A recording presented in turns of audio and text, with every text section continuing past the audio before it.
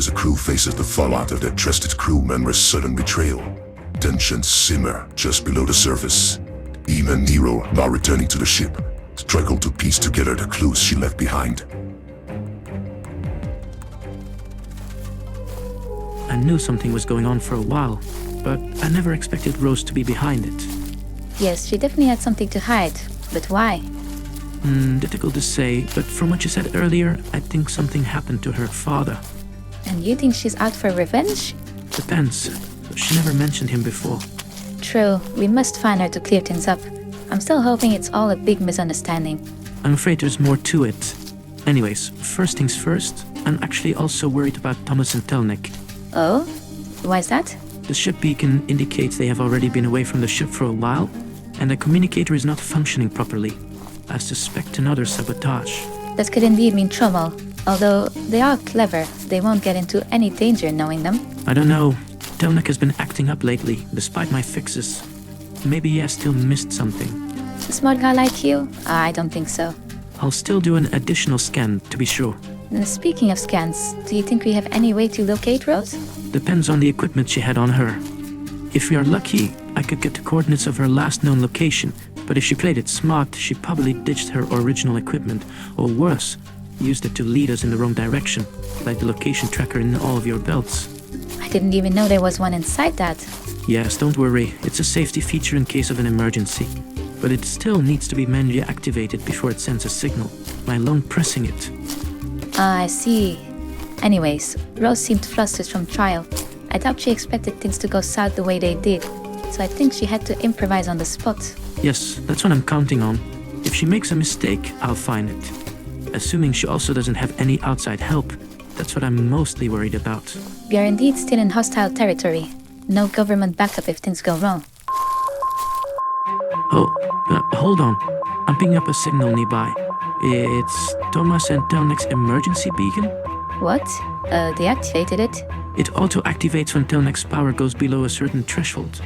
A feature I added recently. But this is good news. They appear to be moving towards the ship on some kind of vehicle, judging by their speed. Excellent, so they will be back at the ship soon then. That's one less thing to worry about. And Telneck's battery is also charging faster than regular solar power. Peculiar. Can't wait to see my Toto again. I miss him every time.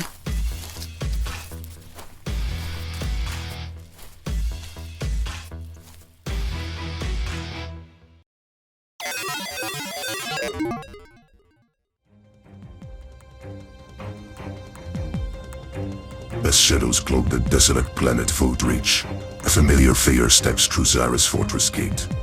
Rose, known here only as Shade, returns to face the ruler of the underworld she once called home, her older birth sister.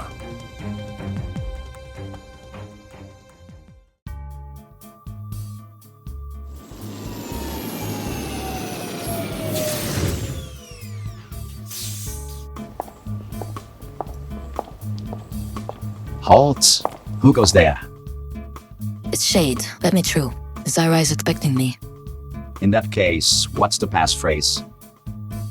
When silence speaks, the truth listens. Very well. I will escort you. We'll still need to scan you for concealed weapons and trackers. Standard protocol. Go ahead. I have nothing to hide anymore.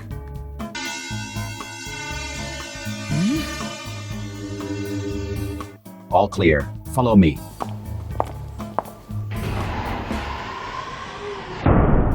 Okay. This place has changed. It's gotten busier. Commander Zyra is a very skilled leader. She's been expanding the force steadily. I'm not surprised. And this place also has gotten a lot more high-tech. From the outside, you also wouldn't think it would be so luxurious. I've seen palaces on Earth that looked more modest than this great hall. Correct. She made some very favorable trade deals with Grimlock Drex, and the information business is booming. I can tell. Next, you're going to bring me to a throne room? Yes, something like that. As they proceed down the white corridor, the hum of machinery intensifies, and dim lights flicker on the walls. Suddenly, a small drone with sleek angular blades and bright purple sensors hovers into their path.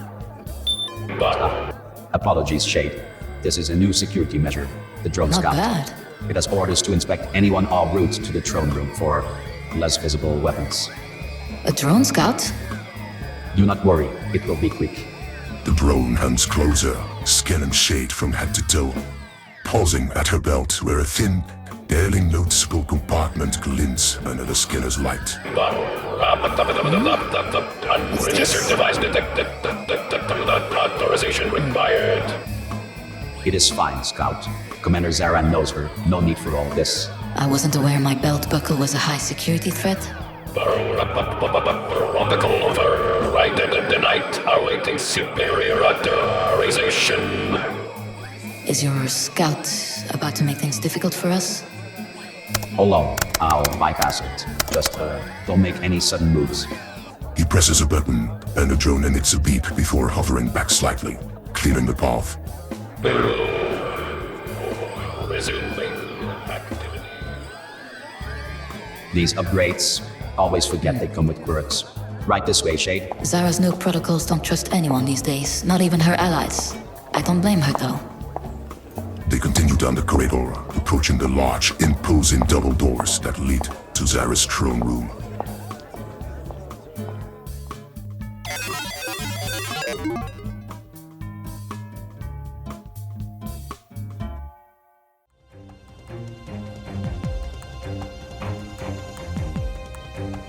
Thomas and Telneck, weary from their adventure, finally see the ship's landing bay on the horizon.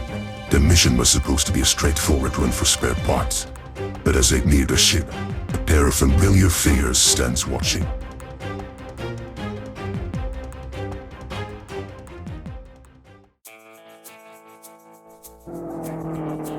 So, as agreed, no word about the ritual to the rest of the crew, alright? Understood, although I don't see any reason for embarrassment. You solved our problem in a rational and efficient way. Yes, I know that's how a robot sees these, but it is more complicated than that. Humans make things complicated. Emotions are what set us apart from robots and animals. True, but from what I observed, so does the urge to wrestle half-dressed in the moonlight with a tribe of strangers. What? That's not how things happened. You weren't even there. You forgot to shut down the transponder. Hey, I had other things on my mind. Anyways, are we almost there yet? I want to sleep in my own bed. Yes, if we do not get attacked by other wacky bandits, we should be at the ship soon. You can see the landing bay there in the horizon. I will then catalog the ship parts right away. Yes, good plan. If you miss any pieces, we can sell the spares and get those as well. They arrived at the ship, and unexpectedly encountered Dean and Nero waiting for them. Ah, welcome back. How did the ship part shopping go? Must have been an enjoyable shopping trip, no?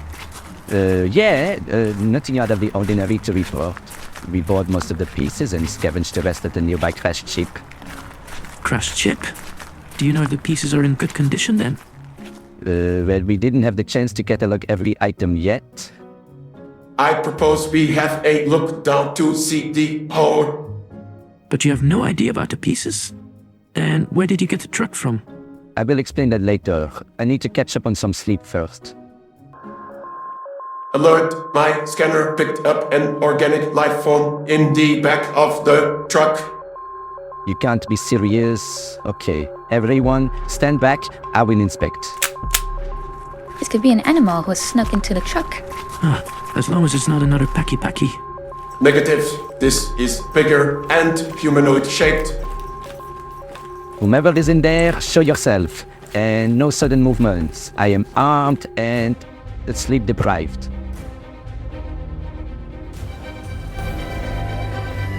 Don't shoot, it's me. There's you? But how did you get in there and why? You know this, feline female? It's a long story, but yes. I wanted to go on an adventure. I rarely leave the village, but when I saw you two, I thought I could explore the galaxy together. I enjoyed the exciting stories you told us after the ritual. What ritual is she talking about? It's nothing. She helped me with the ship part, but she will return to the tribe. Telneck, start the truck. We mustn't leave that truck in front of our ship either. Why not? Please, I yearn to discover what's out there. I always know I was meant for something more than staying in the village.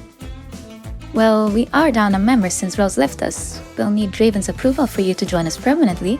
But perhaps for now you could join us until he's back.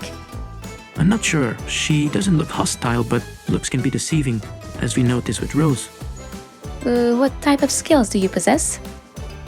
But with Draven away from the ship, that makes me the one in charge. And I say she must return to the Nymphati right away. I'm an excellent fighter. Look at my stick-wielding moves. Ha! Ha! Ya! Ha! Ya! Hoo! Wheel! She looks very agile and quick. And I can also make music. Nah. Ouch, booch, booch. Please stop hitting me with the Yeah. stick. I am not a drum kit. Well, I don't know about you guys, but I am convinced. She looks fun. What's your name? My name is Millie Swiftride. I'm an Nymphati from the Bauru village. I must admit she's quite refreshing and entertaining. I approve if she doesn't play any more music on my exoskeleton. Guys, And looks like the majority has decided. but this isn't a democracy. Should we take the risk? Please, please, please, please. I can also make delicious cocktails, the ones you enjoyed so much. That is the opposite of a good argument. But your tribe was quite hospitable towards me and Telneck. I guess it's only fair to be a good host in return. Fine. You can stay for now until Draven is back. Oh, yay! Come here, you. What? Yeah, you're This welcome. makes me feel better after Rose's disappearance. Welcome, Millie. Okay, let's scuttle up these ship parts. There are no adventures without a functional ship. I'm so happy. Now, Oh, I feel I will regret this.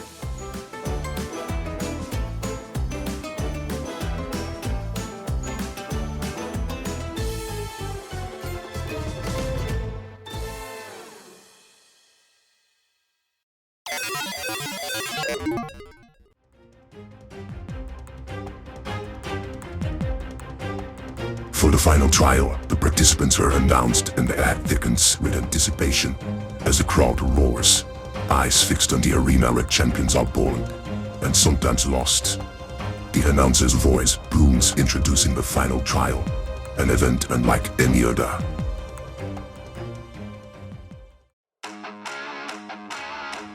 Is everybody ready for the final trial?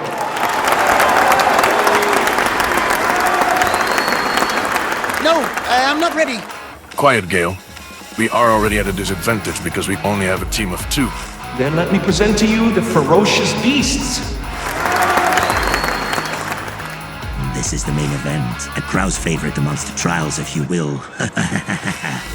On the left, a Voidfang Wraith, imported from the wilds of Voidreach. This translucent serpentine creature can phase in and out of visibility, making it hard to target. Its venom causes temporary blindness and confusion. Best not to get jumped by this marvel of nature.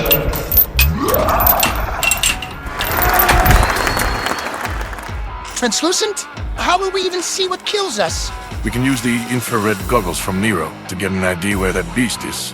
The only issue is we only have one of those, so we will have to coordinate together. Next up, Steelhorn Rampager, a large armored bull with metal-tipped horns that can generate electric charges. It charges at blinding speeds and has near impenetrable hide. I would not recommend standing between him and his prey.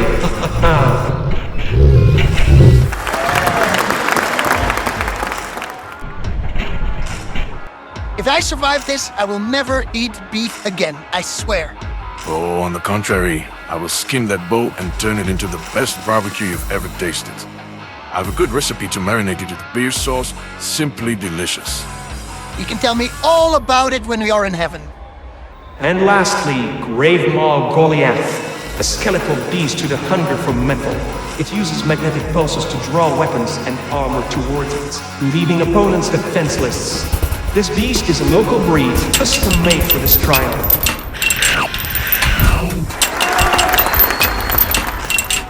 Good thing I didn't take the metallic items from Nero then. At least one advantage we will have. I think I'll make good use of the short-range teleporter in this trial. This is going to be fun. Fun for them, yes?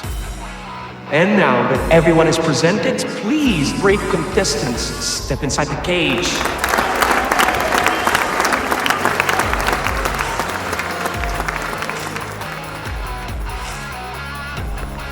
Those who will perish salute you.